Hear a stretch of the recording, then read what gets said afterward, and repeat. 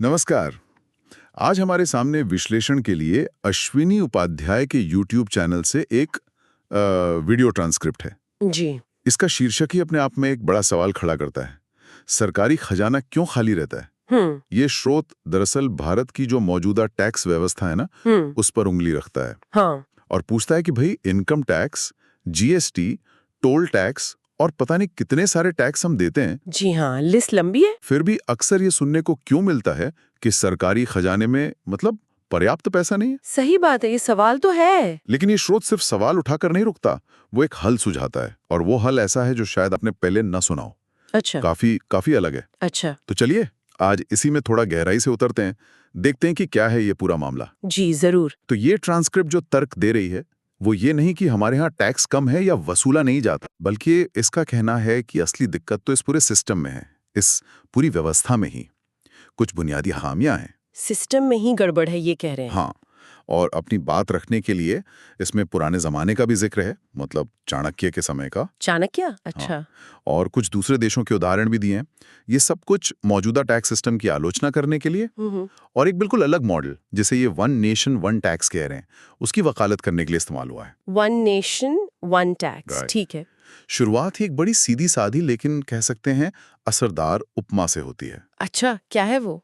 सोचे एक जग है, पानी भरना है उसमें, लेकिन उसके नीचे कई छेद हैं। ठीक है। अब आप ऊपर से चाहे जितनी बाल्टी पानी यानी कि टैक्स डालते रहें, अगर नीचे के छेद जिन्हें यहाँ घूसखोरी कमीशनखोरी कहा गया है वो बंद नहीं होंगे तो जग भरेगा कैसे? बात तो सही है, लीकेज वाली बात। बिल्कुल।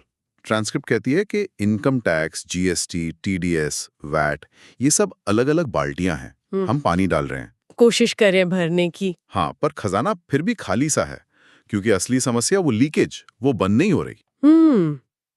और ये जो आपने ऐतिहासिक संदर्भ की बात की, हाँ, वो क्या है, चाणक्य वाला? हाँ, वो काफी मतलब ध्यान खींचने वाला है। बताइए। वीडियो में चाणक्य के समय का हवाला देते हुए दावा किया गया है कि तब कथित तौर पर भारत की जीडीपी दुनिया का 40% थी। 40%? हाँ, और उस समय इस विश्लेषण के मुताबिक इनकम टैक्स या टोल टैक्स जैसे आज के जो इतने सारे पेचीदा कर हैं वो नहीं हुआ करते थे। अच्छा, तो क्या था? व्यवस्था सरल थी, जिसे ये एक राष्ट्र एक कर का ही कोई पुराना रूप बता रहे हैं। और यहीं पर एक और दावा है कि आज भी दुनिया में कई ऐसे विकसित देश हैं जहां इनकम टैक्स है ही नहीं। बिना इनकम टैक्स के? जी, और वो देश भारत से कई ज्यादा तरक्की कर चुके हैं। अच्छा, तो ये बातें सुनकर जाहिर तौर पे सवाल उठता है कि क्या हमारी आज की ये जो इतनी कॉम्प्लिकेटेड टैक्स व्यवस्था है, इतने सारे टैक्स, क्या ये वाकई जरूरी है? हाँ, ये सवाल तो वाकई दिमाग में आता है, या कहीं ये खुद ही तो समस्या नहीं बन गई है? बिल्कुल। और ये स्रोत आगे ये भी बताता है कि मौजूदा सिस्टम का बोझ किस पर कितना पड़ रहा है। ये भी बड़ा साफ दिखता है। कैसे? जैसे इनकम टैक्स, उसका सबसे ज्यादा असर किस पर है? सैलरीड क्लास पर, वेतनभोगी पर, मध्यम वर्ग। हाँ, जो नौकरी पेशा लोग हैं। बिल्कुल। दूसरी तरफ जो व्यापारी वर्ग है वो जीएसटी की उलझनों से, उसकी कागजी कार्रवाई से परेशान बताया गया है। जी, वो तो सुनते ही हैं हम। और फिर ट्रांसपोर्ट सेक्टर में देखिए, ट्रक ड्राइवर हों या टूर एंड ट्रैवल वाले, वो बेचारे टोल टैक्स की मार से जूझ रहे हैं। हर नाके पर टोल। हाँ, मतलब समाज का लगभग हर तबका किसी ना किसी टैक्स से सीधा प्रभावित है और शायद परेशान भी। लेकिन फिर भी नतीजा क्या? वही ढाक के 3 पात, खजाना उम्मीद के मुताबिक भर नहीं रहा। तो प्रॉब्लम गिना दी, अब समाधान? हाँ, तो मौजूदा सिस्टम की इतनी सारी दिक्कतें गिनाने के बाद स्रोत एक बहुत ही, मैं कहूंगा, क्रांतिकारी कदम सुझाता है। क्रांतिकारी? हाँ, यहां से बात वाकई दिलचस्प हो जाती है। प्रस्ताव यह है कि भारत में जितने भी मौजूदा टैक्स हैं, income tax, toll tax, road tax, VAT, TDS, यहां तक के जीएसटी भी। जीएसटी भी? हाँ, इन सबको 100% खत्म कर दिया जाए। क्या सब कुछ खत्म? पूरी तरह से जीरो। अरे बाप रे, सुनने में ही ये बहुत बड़ा कदम लग रहा है। तो फिर पहला सवाल तो यही उठता है कि अगर सारे टैक्स खत्म हो गए तो भाई देश कैसे चलेगा? हाँ, बिल्कुल सही सवाल। सरकार के पास पैसा कहाँ से आएगा? सड़कें कैसे बनेंगी? सैलरी कैसे मिलेगी? बिल्कुल जायज सवाल है। और यहीं पर यह स्रोत अपना वैकल्पिक मॉडल पेश करता है। ये कहता है कि टैक्स तो लगेगा। अच्छा, लगेगा। हाँ, लेकिन सिर्फ एक तरह का और बिल्कुल अलग तरीके से। अच्छा, एक टैक्स, वो कैसे? हाँ, ये बताइए। जी, इस वैकल्पिक समाधान के लिए कुछ बड़े संरचनात्मक बदलाव करने होंगे। जैसा कि ट्रांसक्रिप्ट में बताया गया है। कैसे बदलाव? पहला कदम, देश में 100 रुपए से ज्यादा मूल्य के जितने भी करेंसी नोट हैं, जैसे 200, 500, 2000, हाँ, इन सबको बंद कर दिया जाए चलन से बाहर। नोटबंदी जैसी बात। उससे भी आगे शायद, सिर्फ 100 तक के नोट। हाँ। दूसरा कदम, 5,000 रुपए से ज्यादा की कीमत का कोई भी सामान या सेवा, 5,000 रुपए, हाँ, उससे ज्यादा की कीमत का, हाँ। उसको खरीदने या बेचने के लिए नकद लेन देन पर पूरी पाबंदी। मतलब पेमेंट सिर्फ डिजिटल या बैंकिंग चैनल से, मतलब कैश में 5,000 से ऊपर कुछ नहीं। बिल्कुल नहीं। तीसरा, देश में जितनी भी प्रॉपर्टी है, संपत्ति, हाँ। जमीन, मकान, दुकान, उसे हर हाल में आधार कार्ड से लिंक किया जाए। प्रॉपर्टी आधार से लिंक, ठीक है। और चौथा, 50 रुपए से ज्यादा की कोई भी खरीदारी, चाहे आप एक छोटी सी चीज ही क्यों न खरीदें, 50 रुपए से ऊपर, हाँ, उसे भी आधार से लिंक करना अनिवार्य कर दिया जाए। अच्छा। तो बड़े नोट बंद, बड़े कैश लेन देन बंद, प्रॉपर्टी और छोटी मोटी खरीदारी भी आधार से लिंक। जी। इसका मतलब तो ये हुआ कि ज्यादातर पैसा वो बैंकिंग सिस्टम या डिजिटल तरीकों से ही घूमेगा, फिर कैश का रोल बहुत कम हो जाएगा। बिल्कुल। इसके पीछे का तर्क यही है कि जब बड़े नकद लेन देन का रास्ता ही बंद हो जाएगा तो लोगों के पास चारा क्या बचेगा? Digital payment. हाँ, डिजिटल भुगतान के तरीके अपनाने पड़ेंगे, चाहे वो एटीएम हो, Paytm, Bhim, UPI, net banking, debit card, credit card, कुछ भी। और इसका नतीजा हर लेन देन का एक डिजिटल रिकॉर्ड बनता जाएगा। सब कुछ ट्रैक होगा। हाँ, कोई भी खर्चा छुपेगा नहीं। ठीक है, ये तो हो गया सिस्टम, पर फिर टैक्स कहाँ से आएगा जब इनकम टैक्स नहीं, जीएसटी नहीं, कुछ नहीं? यहीं पर वो नया और इकलौता टैक्स आता है। बताइए बताइए। सुझाव ये है कि हर डिजिटल या बैंकिंग लेन देन पर, चाहे वो किसी भी माध्यम से किया गया हो, यूपीआई, कार्ड, नेट बैंकिंग, किसी भी तरह का डिजिटल पेमेंट, हाँ, हर एक पर एक समान 2% का टैक्स लगाया जाए। सिर्फ 2%? सिर्फ 2%। हर ट्रांजैक्शन पर? जी हाँ। सुनने में तो ये बहुत कम लगता है, खासकर जब हम इनकम टैक्स, जीएसटी जैसे बड़े बड़े टैक्स हटा रहे हैं। ये काफी कैसे होगा? हाँ, ये सुनने में बेशक कम लगता है, लेकिन स्रोत का तर्क ये है कि इसका आधार, मतलब जो टैक्स बेस है, वो बहुत ज्यादा बड़ा हो जाएगा। अच्छा, कैसे? सोचिए, अभी इनकम टैक्स कितने लोग देते हैं? कुछ करोड़। जीएसटी कितने व्यापारी देते हैं? कुछ लाख। हाँ, सही बात है। लेकिन खर्चा तो लगभग हर कोई करता है। हाँ, वो तो है। तो जब हर डिजिटल लेन देन पर टैक्स लगेगा, चाहे वो छोटा हो या बड़ा, तो इसका दायरा बहुत बहुत वसील हो जाएगा। उदाहरण से समझाइए जरा। उदाहरण के लिए मान लीजिए कोई 1,000 रुपए का सामान डिजिटल तरीके से खरीदता है। ठीक है। तो उस पर 20 रुपए का टैक्स अपने आप कट जाएगा, सिस्टम ही काट लेगा। अच्छा, 2% मतलब 20 रुपए। जी। अगर कोई 1 लाख रुपए की खरीदारी करता है, मान लीजिए ऑनलाइन कुछ बड़ा सामान लिया, तो उस पर 2,000 रुपए का टैक्स लगेगा। ठीक है। तर्क ये दिया जा रहा है कि जब लोगों को पता होगा कि भाई अब इनकम टैक्स रिटर्न भरने का झंझट नहीं है, वो तो बड़ी राहत होगी, जीएसटी की कोई माथापच्ची नहीं है, टोल प्लाजा पर रुकना नहीं है, तो उन्हें अपने हर खर्च पर ये छोटा सा 2% टैक्स देने में कोई खास आपत्ति नहीं होगी शायद। मतलब आसानी और पारदर्शिता के नाम पर लोग मान जाएंगे, ऐसा उनका मानना है। ये ज्यादा आसान और पारदर्शी लगेगा, ऐसा तर्क है। लेकिन क्या भारत इसके लिए तैयार है? मतलब क्या हमारे पास वो टेक्नोलॉजी, वो इंफ्रास्ट्रक्चर है कि हर लेन देन पर ऐसे टैक्स लग सके बिना किसी दिक्कत के? इस वीडियो ट्रांसक्रिप्ट में इस बात पर काफी जोर दिया गया है कि भारत इसके लिए पूरी तरह से तैयार है। इसमें कुछ आंकड़े भी दिए गए हैं। क्या आंकड़े हैं? जैसे बताया गया है कि देश में 130 करोड़ से ज्यादा आधार कार्ड बन चुके हैं। हाँ, वो तो है, लगभग सभी के पास हैं, जो हर नागरिक को एक विशिष्ट पहचान देते हैं। फिर 250 करोड़ से ज्यादा बैंक खाते खुल चुके हैं। 250 करोड़? ये तो आबादी से भी ज्यादा है। हाँ, मतलब कई लोगों के एक से ज्यादा खाते हैं, और खासकर 55 करोड़ जनधन खाते हैं। अच्छा, जनधन वाले? हाँ, जिन्होंने गरीबों को भी बैंकिंग सिस्टम से जोड़ा है। तो ये आंकड़े दिखाते हैं कि डिजिटल और बैंकिंग पहुंच काफी बढ़ चुकी है। ये बात तो है, लेकिन फिर भी उन लोगों का क्या जो बहुत गरीब हैं, जो शायद ज्यादातर कैश में ही छोटा मोटा लेन देन करते हों, 50-100 रुपए वाला? यहाँ स्रोत एक और आंकड़ा देता है। वो कहता है कि सरकार के अनुसार लगभग 83 करोड़ लोग गरीबी रेखा से नीचे हैं। 83 करोड़? जी, जिन्हें मुफ्त या सस्ता राशन मिल रहा है। इसका मतलब ये निकाला गया है कि उनका रोज का खर्च वैसे भी बहुत कम है, शायद 100 रुपए से भी कम। अच्छा। ऐसे में 100 रुपए से बड़े नोट बंद होने से उन पे ज्यादा असर नहीं पड़ेगा। और जो लोग 100 रुपए से ज्यादा खर्च करते हैं हाँ, उनके बारे में ये माना गया है कि उनके पास आजकल एटीएम कार्ड, यूपीआई या कोई ना कोई डिजिटल भुगतान का साधन जरूर होता है। आजकल फोन तो सबके पास है, यूपीआई भी काफी चलता है। जी, तो इस तर्क के आधार पर ये बदलाव आम आदमी के लिए ज्यादा मुश्किल नहीं होगा, ऐसा कहा गया है। ठीक है, चलिए मान लेते हैं कि सिस्टम लागू हो जाता है। अब आते हैं सबसे बड़े सवाल पर, और शायद सबसे बड़े दावे पर भी। कि पैसा कितना आएगा? हाँ, इससे सरकारी खजाने पर क्या असर पड़ेगा? क्या वाकई पैसा आएगा या पहले से भी कम हो जाएगा? यहीं पर ये प्रस्ताव सबसे ज्यादा कह सकते हैं महत्वाकांक्षी हो जाता है। क्या दावा है? स्रोत का दावा है कि इस अकेले 2% ट्रांजैक्शन टैक्स से न केवल सरकार का खजाना लबालब भर जाएगा, बल्कि सरकार की जो मौजूदा आय है वो 2 गुनी हो जाएगी। 2 गुनी? डबल? ये कैसे मुमकिन है जब हम इतने सारे बड़े टैक्स हटा रहे हैं और सिर्फ 2% लगा रहे हैं? ये गणित समझ नहीं आया। इसका आधार बताया गया है टैक्स चोरी का रुक जाना। टैक्स चोरी रुकेगी?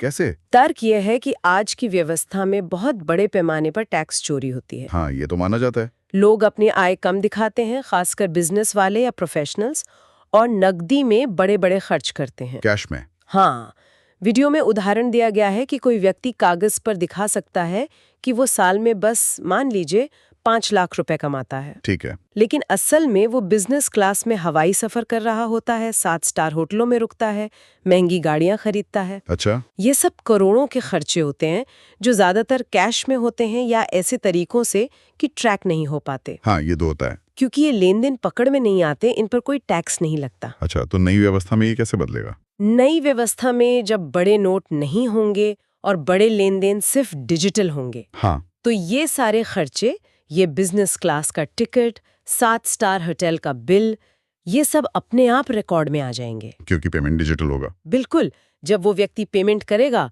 तो उस पर 2% टैक्स अपने आप कट जाएगा, उसे कुछ करना भी नहीं पड़ेगा। अच्छा, तो टैक्स सीधा खर्च पर लग गया। हाँ, इससे वो लोग भी टैक्स के दायरे में आ जाएंगे जो अभी अपनी ज्यादातर कमाई और खर्च छुपा लेते हैं, क्योंकि टैक्स आय पर नहीं बल्कि खर्च पर लग रहा है। तो जितना ज्यादा खर्च उतना ज्यादा टैक्स। एग्जैक्टली। इसी गणित के आधार पर आय दुगनी होने का दावा किया गया है कि टैक्स नेट बहुत बढ़ जाएगा। ये लॉजिक तो है इसमें। और इस 2% टैक्स का क्या होगा? ये सारा पैसा केंद्र सरकार के पास जाएगा? नहीं, स्रोत में इसके बंटवारे का भी एक सुझाव दिया गया है। क्या सुझाव है? प्रस्ताव है कि इस 2% में से 1% हिस्सा केंद्र सरकार अपने पास रखे। आधा? हाँ, आधा। और बाकी का 1% राज्यों और स्थानीय निकायों, मतलब नगर पालिका, नगर निगम, यहाँ तक कि ग्राम पंचायतों में सीधे बांट दिया जाए। सीधा पंचायतों तक? जी, इससे ये सुनिश्चित होगा कि विकास के लिए पैसा सिर्फ ऊपर ही ना रहे बल्कि जमीनी स्तर तक पहुंचे। मतलब राज्यों को भी उनका हिस्सा मिलेगा और गांवों को भी? बिल्कुल। तो ये तो हुई राजस्व की बात। क्या इस व्यवस्था के कुछ और फायदे भी बताए गए हैं, मतलब पैसे के अलावा? हाँ, कई और बड़े फायदों का जिक्र है। जैसे? सबसे प्रमुख है काले धन पर लगाम। अच्छा, ब्लैक मनी। जी, जब बड़े नकद नोट ही नहीं होंगे और बड़े कैश लेन देन मुमकिन नहीं होंगे तो काला धन जमा करना और इस्तेमाल करना बहुत ज्यादा मुश्किल हो जाएगा। हाँ, ये तो है। कैश में ही होता है ज्यादातर काला धन। जी, इससे सीधे तौर पर भ्रष्टाचार पर भी चोट लगेगी। करप्शन पर? कैसे? ऐसा माना जाता है कि बड़े पैमाने पर जो रिश्वतखोरी होती है, अवैध भुगतान होते हैं, वो सब कैश में ही होते हैं। हाँ। जब कैश का प्रवाह रुकेगा या बहुत कम हो जाएगा तो भ्रष्टाचार भी कम होगा, ऐसा तर्क है। और कर्ज और अपराध के बारे में भी कुछ कहा गया था शायद। हाँ, स्रोत का ये भी मानना है कि इस व्यवस्था से भारत पर जो भारी भरकम कर्ज है, वीडियो में इसका आंकड़ा 22.5 लाख करोड़ रुपए बताया गया है। बहुत बड़ा अमाउंट है ये तो। जी, वो भी धीरे धीरे कम होने लगेगा। वो कैसे? क्योंकि सरकार की आमदनी बढ़ेगी, दोगुनी होने का दावा है, तो वो कर्ज चुकाने में ज्यादा सक्षम होगी। अच्छा, ठीक है। और एक दिलचस्प बात ये भी कही गई है कि इससे अपराधों में भी कमी आ सकती है। क्राइम कम होगा? वो कैसे? शायद इसके पीछे ये सोच हो कि फिरौती, हवाला, ड्रग्स का कारोबार जैसे कई अपराध काले धन और नकदी पर ही टिके होते हैं। हाँ, बात तो सही है। जब नकदी का खेल खत्म होगा तो इन अपराधों पर भी असर पड़ेगा। ये तो बहुत बड़े बड़े बदलावों की बात हो रही है। ऐसा लग रहा है ये सिर्फ टैक्स सुधार का मामला नहीं है, ये तो पूरे देश को बदलने जैसा है। बिल्कुल, आप सही कह रहे हैं। इस ट्रांसक्रिप्ट में जिस तरह से बात रखी गई है वो इसे सिर्फ एक आर्थिक या प्रशासनिक सुधार के तौर पर नहीं देखती। तो फिर इसे एक ऐसे कदम के रूप में प्रस्तुत किया गया है जो भारत को विश्वगुरु बनाने, विश्वगुरु, हाँ, देश में सतयुग लाने और राम राज्य स्थापित करने की दिशा में ले जाएगा। अरे वाह, सतयुग राम राज्य। जी, ये दिखाता है कि इस प्रस्ताव के पीछे कितनी गहरी और बड़ी महत्वाकांक्षाएं जुड़ी हुई हैं। इसे एक परिवर्तनकारी मतलब ट्रांसफॉर्मेटिव कदम के तौर पर देखा जा रहा है जो देश की कई समस्याओं का एक साथ समाधान कर सकता है। लेकिन एक लेकिन तो रहता ही है। जी, क्या ये सब वाकई इतना आसान है? सुनने में तो बहुत आकर्षक लगता है कि सारे टैक्स खत्म, बस 2% दो और सब ठीक, राम राज्य आ जाएगा। हाँ, आकर्षक तो है, पर इसके नकारात्मक पहलू या चुनौतियां भी तो होंगी। जरूर होंगी। जैसे आपने कहा, income tax department, GST department, toll वसूलने वाली एजेंसियां, ये सब बंद हो जाएंगी। स्रोत तो यही कहता है। तो इनमें जो लाखों कर्मचारी काम करते हैं उनका क्या होगा? वो कहाँ जाएंगे? ये एक बहुत बड़ा और जायज सवाल है। स्रोत इस पहलू को भी एड्रेस करता है, हालांकि शायद उतनी गहराई से नहीं। क्या कहता है स्रोत? इन विभागों को नॉन प्रोडक्टिव यानी गैर उत्पादक कहा गया है, जिनकी जरूरत नई व्यवस्था में नहीं रहेगी। Non productive. जी, कर्मचारियों के लिए 2 रास्ते सुझाए गए हैं। या तो उन्हें वीआरएस यानी स्वैच्छिक सेवानिवृत्ति योजना देकर सम्मानजनक विदाई दी जाए, वीआरएस, या फिर उन्हें सरकार के दूसरे विभागों में जहां जरूरत हो वहां ट्रांसफर कर दिया जाए।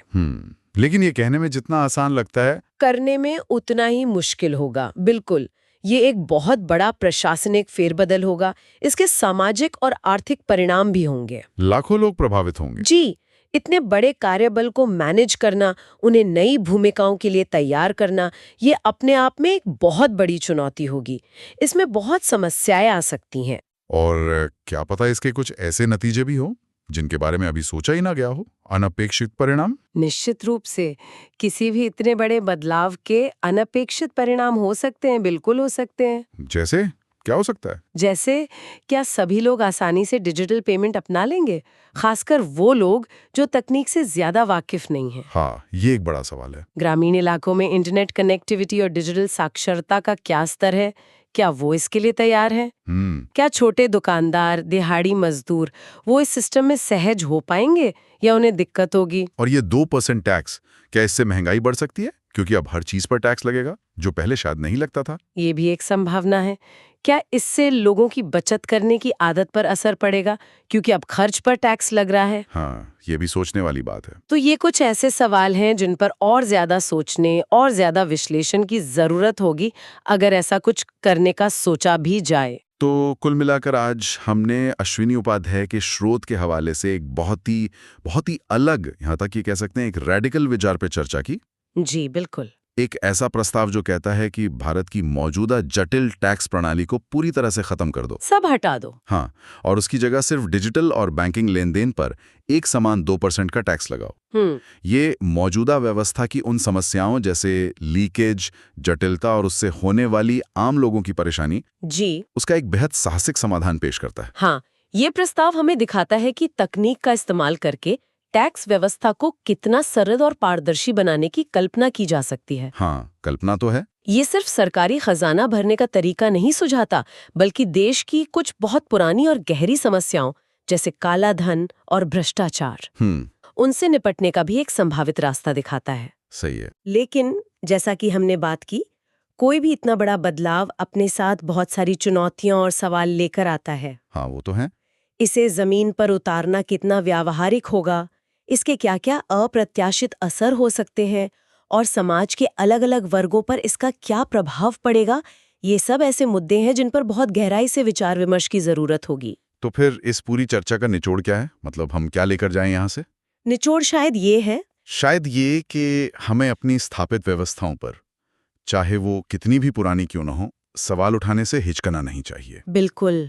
और कभी-कभी बिल्कुल लीक से हटकर नए और साहसिक समाधानों पर भी विचार करना जरूरी होता है। हाँ, सोचना तो चाहिए। भले ही वो पहली नजर में कितने भी चुनौतीपूर्ण क्यों न लगे, ये स्रोत हमें कम से कम सोचने का एक नया बिंदु तो देता ही है। हाँ, एक नया दृष्टिकोण तो मिलता है और श्रोताओं के लिए भी एक सवाल छोड़ जाते हैं जिस पर वो विचार कर सकते हैं। जरूर। अगर टैक्स आपकी कमाई पर नहीं बल्कि सिर्फ आपके खर्च पर लगे हर लेन देन के साथ, तो क्या इससे आपके पैसे बचाने और निवेश करने के फैसलों पर कोई असर पड़ेगा?